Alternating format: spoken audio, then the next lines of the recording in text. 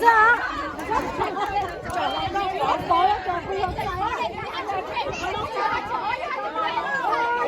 Ôi trời ơi, tính ta rồi.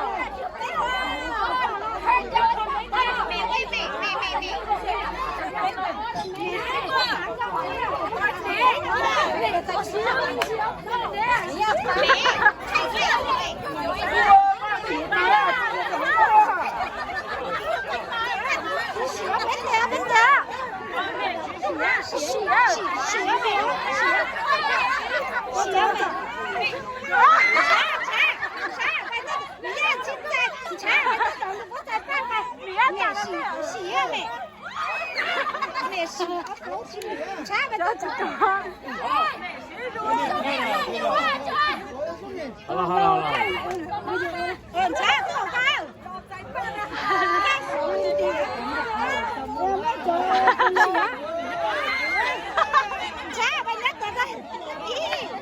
Are you ready?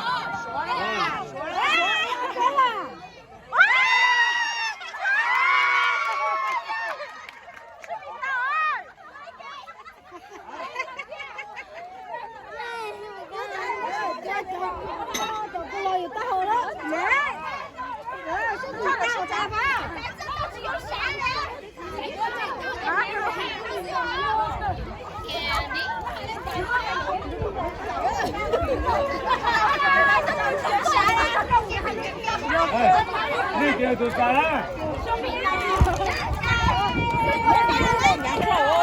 Ok.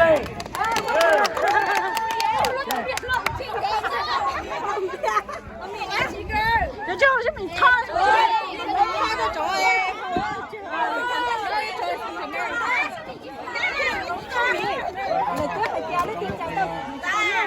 Chứ mình sao quá.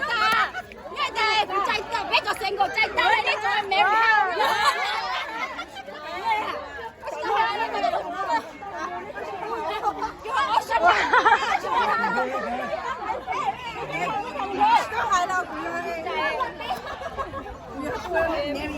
Sao mình tạo nó phương á, sao mình có món ngon được kiểu món này.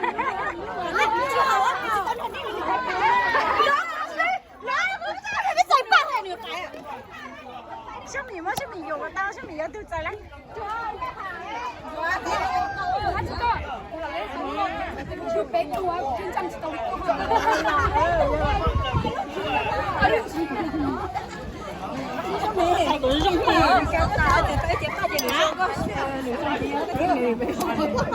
Châu Chu à, nó sợ lắm.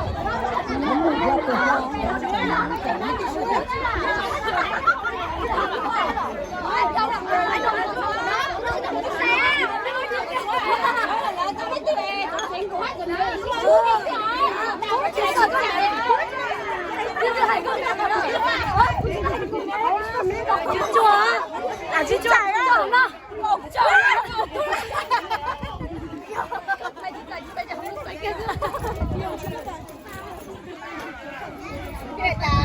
Thì có nè ha. Right here. Có lột giấy.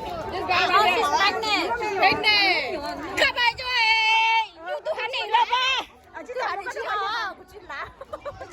các bạn cho em thở. Thì tao cho tụi hao. Ủa sao còn đi hao á? Người ta còn đi chạy á. Anh có bị đó rồi. Em đây còn cũng có cho nè chứ. Ở nơi ta các bạn cho nên thì hao khoan. Ai nó thủng ná này. Thủng ná thì được. Anh tự chưa? Anh tự chưa xinh thôi á.